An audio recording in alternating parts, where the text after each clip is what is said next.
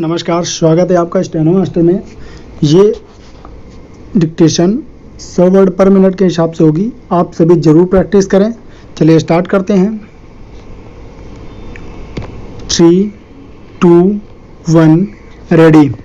कोविड-19 महामारी के समय में जब जीवन का हर क्षेत्र बुरी तरह से प्रभावित हो चुका है और इसे सामान्य करने की कवायद जोर शोर से चल रही है, परीक्षाओं को आयोजित करने या न करने के मुद्दे का सियासी मोड़ ले लेना भी किसी त्रासदी से कम नहीं है।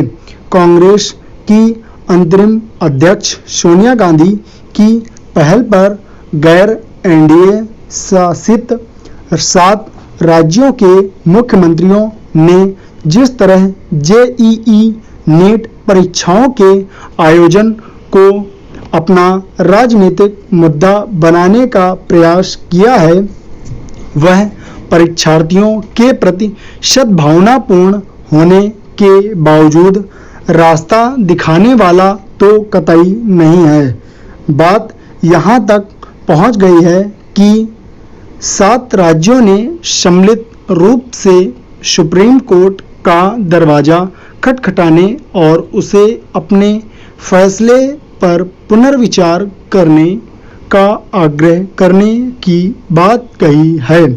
जाहिर है, इस मुद्दे पर सुप्रीम कोर्ट में पहले ही काफ़ी विचार विमर्श हो चुका है।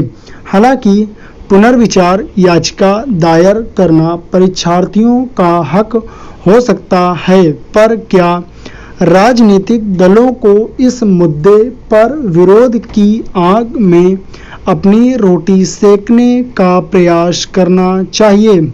जो राजनीतिक दल परीक्षाएं टालना चाहते हैं, उन्हें ऐसा करने से होने वाली परेशानियों को टालने का भी विकल्प देना चाहिए। यदि उनके पास कोई विकल्प नहीं है या है जिससे छात्रों का साल बर्बाद न हो, तो सुप्रीम कोर्ट को भी उस पर निश्चित ही विचार करना चाहिए। लेकिन सिर्फ छात्रों की भावनाओं के साथ खेलने की कोशिश गैर जिम्मेदाराना ही कही जाएगी।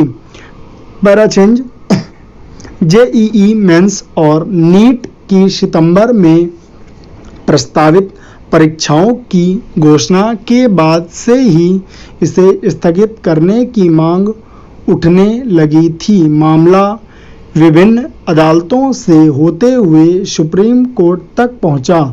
सुप्रीम कोर्ट ने महसूस किया कि जिंदगी को लंबे समय तक रोका नहीं जा सकता और इसे आगे बढ़ाना ही होगा। दरअसल परीक्षाओं को टालना समाधान नहीं है। केंद्र और राज्य सरकारों को ऐसी व्यवस्था सुनिश्चित करनी होगी कि घर से बाहर निकलकर दूर दराज के परीक्षा केंद्रों तक पहुंचने में परीक्षार्थियों को वे सारी सुविधाएं मिलें जिनसे वे संक्रमित होने के भय से मुक्त होकर परीक्षा दे सकें। समस्या यही है कि परीक्षार्थियों को इसका भरोसा ही नहीं हो पा रहा है कि सरकारें ऐसी त्रुटि रहित व्यवस्था कर सकती हैं। अब जबकि ट्रेनों, बसों की सुविधाएं पर्याप्त नहीं हैं और होटलों और रेस्टोरेंट को सुरक्षित नहीं माना जा रहा है, उन्हें कोई रास्ता नहीं दिख रहा है। सरकार और विपक्ष दोनों के लिए यह सियासत का नहीं, रास्ता निकालने का समय है।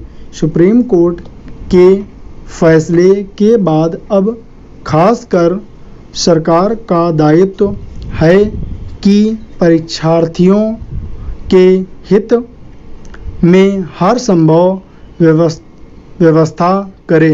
स्टॉप।